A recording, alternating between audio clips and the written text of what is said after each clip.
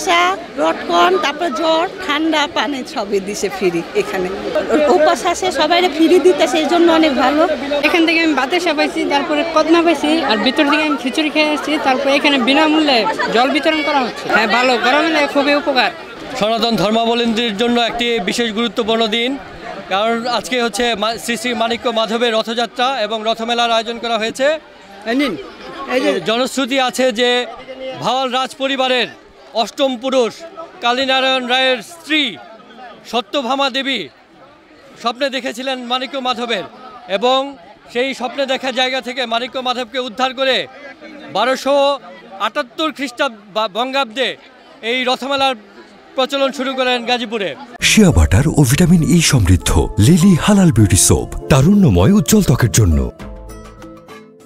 সেই থেকে আজকে প্রায় 153 বছর ধরে এই অনুষ্ঠান আমাদের এখানে চলে আসছে, এবং গাজীপুরবাসী এটাকে এবং বিভিন্ন দূর দূরান্ত থেকে বিভিন্ন জেলা থেকে আমাদের এখানে আসছে।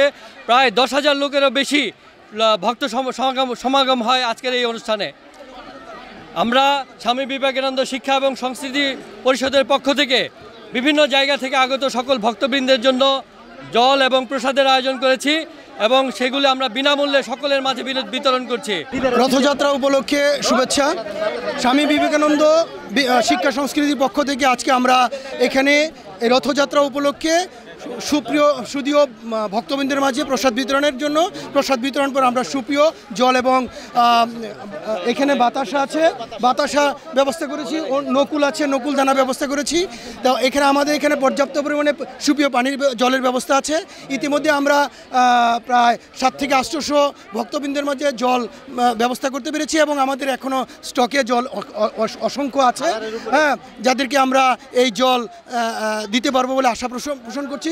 এখানে সুশৃঙ্খলভাবে যারা ভক্তবৃন্দ আছে তারা আমাদের কাছ থেকে সুপ্রিয় জলের ব্যবস্থা করছে।